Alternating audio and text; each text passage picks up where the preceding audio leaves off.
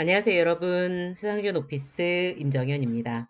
오늘은 엑셀의 실무 활용 강의로요. 쉬운 1년 번호 매기기 시리즈 마지막인 4탄입니다.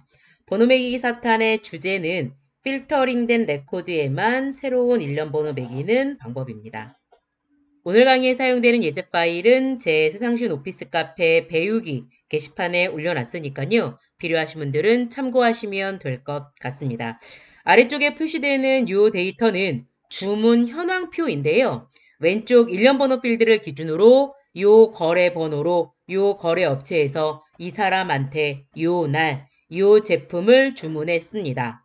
이 제품의 카테고리는 요거고 이 제품의 단가는 이거며 요만큼의 수량만큼 주문했고 그래서 발생된 원가는 이거고 요만큼 할인이 돼서 실제 판매액은 요겁니다에 대한 내용이에요. 저는요, 이 여러 주문 내역 중 복사용지 주문 내역만 필터링을 하고 싶어요. 그러면 분류 필드에 복사용지가 입력된 셀에서 마우스 오른쪽 버튼 필터에 선택한 셀 값으로 필터링 하면 복사용지로만 필터링이 됩니다. 그랬을 때 왼쪽 1년 번호 필드를 확인을 한번 해보세요.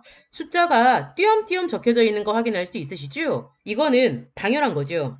여러분들이 필터링한 조건에 만족하는 것들은 화면에 표시가 되고 만족하지 않은 것들은 화면에서 가려지고 있잖아요. 그러니까 행 전체가 숨기게 돼버리고 있기 때문에 이렇게 1년 번호가 당연히 띄엄띄엄 적히는 게 맞는 거죠. 그런데 저는요, 이 필터 결과를 기준으로 제3의 작업을 한다거나 인쇄를 하고 싶어요. 그랬을 때는 이 1년 번호가 차례대로 입력되는 게 이쁘지 않겠습니까? 인 거죠. 그래서 저는요, 필터링된 결과만 가지고 1년 번호를 매길 수 있도록 엑셀 함수 중에서 서브토탈이라는 함수를 사용을 한번 해볼 겁니다. 서브토탈 함수의 이해도를 높이기 위해서요. 우리 서브토탈 함수의 두 가지의 특징을 좀 제가 설명해 드리고 다시 돌아와서 실습 한번 해보도록 할게요.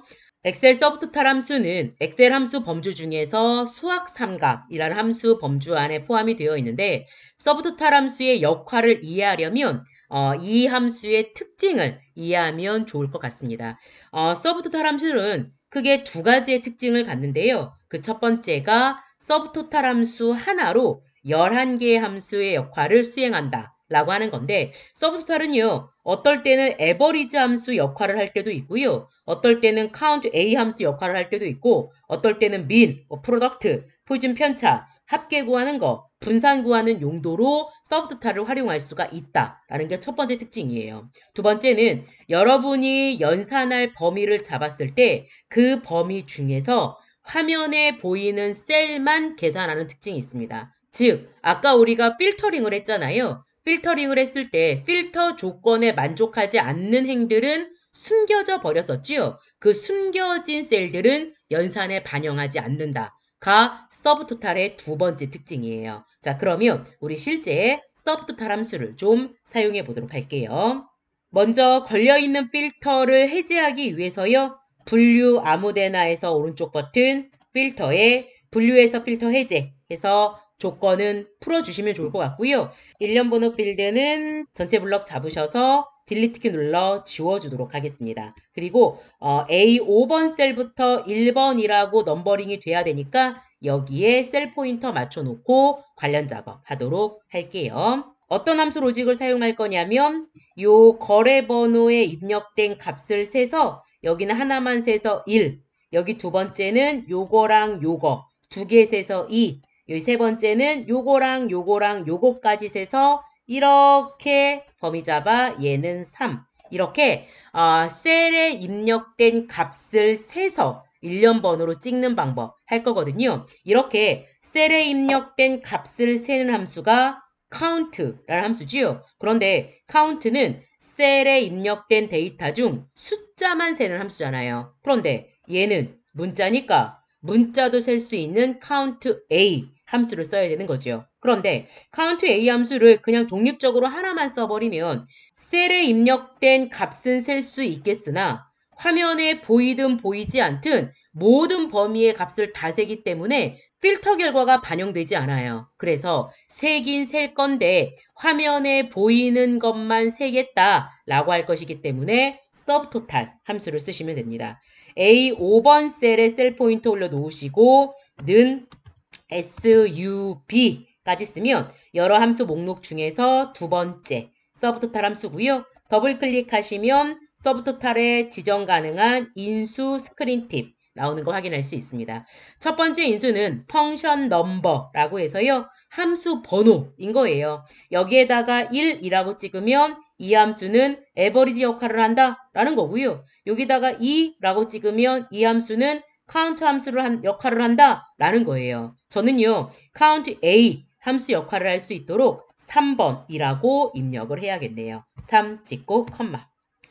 자, 서브토탈의 두 번째 인수는 레퍼런스 1이라고 해서 요 함수로 연산할 참조 범위인 거예요. 즉, count A 함수를 돌리긴 할 건데 어디에 입력된 값을 참조해서 count A 할 거냐라는 거지요. 지금은 여기에 입력된 값 하나만 세서 1이라고 적으면 되는 거지요. 따라서 우리 B5번 셀이 참조 범위의 첫 번째 셀로 지정이 되면 됩니다. 그런데 이 범위가 밑에 수식 복사가 돼서 2라고 찍히려면 이렇게 범위가 늘어나야 얘랑 얘를 개수로 세서 2라고 찍는 거잖아요. 아울러 이 수식이 여기로 복사돼서 3이라고 찍힐 거면 범위가 이렇게 늘어나서 이거 세 개 세서 3 이렇게 나와야 되는 게 맞는 거지요. 그런데 지금 우리가 클릭을 했더니 얘는 단독 셀이에요. 따라서 단독 셀이라 하더라도 수식이 복사되면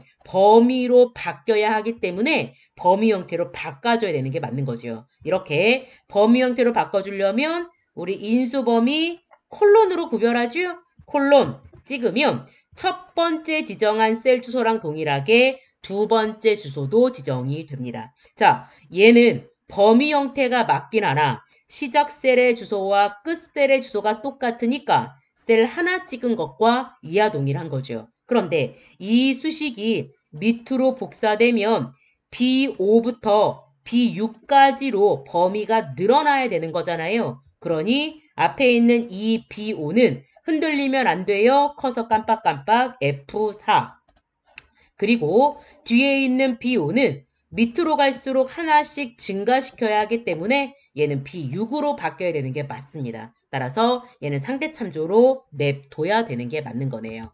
함수 종료하겠습니다. 가로 닫기인 거예요. 자, 결과적으로는 이 서브토탈 함수는 지금부터 count A 함수 역할을 할 겁니다. 그랬을 때 연산할 범위는 요 범위입니다. 인 건데 이 서브토탈 함수의 두 번째 특징에 의해 이 count A는 화면에 보이는 셀만 개수로 계산할 겁니다. 가 되는 거예요. 엔터 눌러 완료.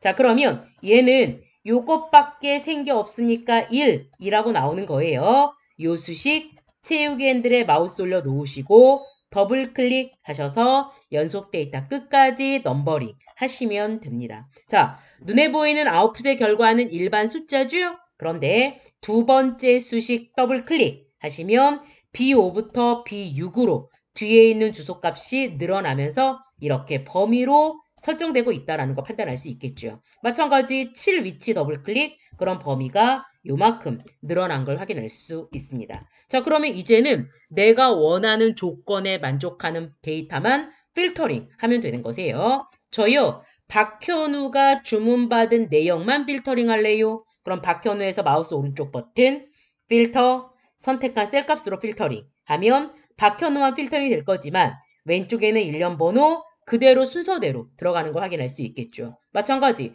저는 박현우의 복사용지 주문 건수를 보고 싶어요. 그럼 복사용지에서 마우스 오른쪽 버튼, 필터, 선택한 셀값으로 필터링. 그러면 박현우의 복사용지 주문 내역인 건데 앞에 있는 일련 번호는 순서대로 나오는 걸 확인할 수 있습니다. 자, 이렇게 해서 쉬운 일련 번호 매기기 마지막 4탄 필터링 결과에만 새 일련 번호 매기는 방법에 대해 알아봤습니다. 오늘 강의는 여기까지입니다. 수고하셨습니다.